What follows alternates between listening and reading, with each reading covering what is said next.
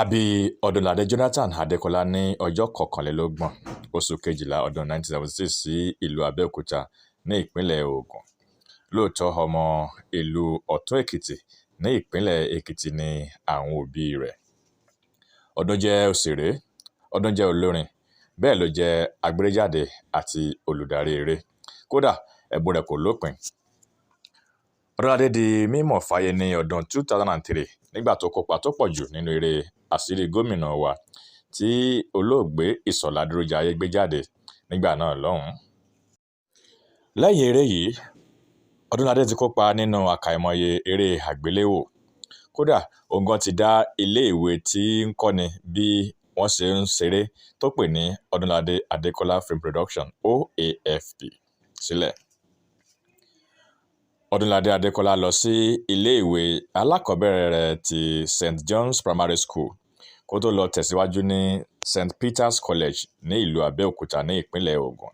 Níbẹ̀ ló ti gba ìwé ẹ̀rí ti WAEC. Lẹ́yìn náà ló tó wá ìmọ̀ kún ìmọ̀ lọ sí ilé-ìwé gbogbonìṣe Moshood Abiola Polytechnic Mapoli. Níbẹ̀ ló ti kẹ́kọ̀ọ́ gboyè diploma lọ́dún náà.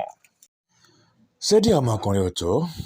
Ní ọdún 2018 ni Odunlade wá ìmọ̀ kún ìmọ̀ lọ sí ilé-ìwé gíga ti University of Lagos níbi tó ti kẹ́kọ̀ọ́ gboyè nínú ìmọ̀ Business Administration. Ní ọdún 1996 ni Odunlade Adekola bẹ̀rẹ̀ iṣẹ́ eré ní ṣíṣe pẹrẹu. Lọ́dún yìí gan ló darapọ̀ mọ́ ẹgbẹ́ òṣèré Association of Nigerian Theatre Arts Practitioners ANTP. Odunlade ti kópa nínú onírúurú eré, ó ti darí ọ̀gọ̀rọ̀ eré, bẹ́ẹ̀ ó ti kọ eré lóríṣiríṣi. Ṣekú iṣẹ́ a máa mórí iṣẹ́ yá. Lọ́dún 2014 ni Odunlade Adekola gba àmì ẹ̀yẹ African Movie Academy Award gẹ́gẹ́ bí òṣèré tó pegedé jùlọ lọ́dún náà. Lọ́dún 2015 ni Odunlade Adekola fi ara rẹ̀ hàn gẹ́gẹ́ bí àgbà olórin pẹ̀lú. Ẹ wá jẹ́ ká sáré lọ sí inú ìtàn bí a ṣe bí Odunlade Adekola. Torí pé Yorùbá bọ̀ wọ́n ní okùn ní gùngùngùn kó má níbi tó ti gùn wá.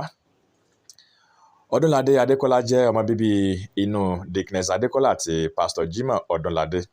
Bàbá rẹ̀ jẹ́ òjíṣẹ́ Ọlọ́run ní inú ìjọ Christ Apostolic Church CAC ní ìlú Abẹ́òkúta ní ìpínlẹ̀ Ògùn.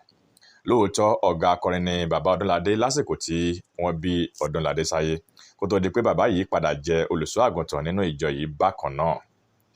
Lọ́dún 2003 ni Odunlade ṣe ìgbéyàwó pẹ̀lú olólùfẹ́ rẹ̀ ìyún Ruth Adekola.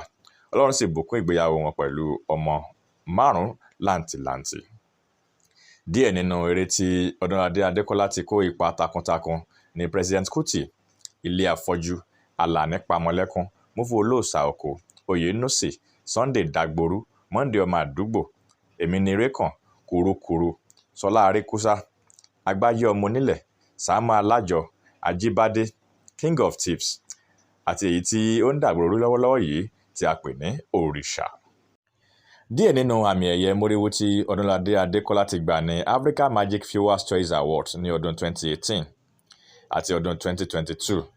Lẹ́yìn náà ló tún gba àmì ẹ̀yẹ ti Net Honors gẹ́gẹ́ bí òṣèré tó ní ìràwọ̀ jùlọ ní ọdún 2022 bákan náà.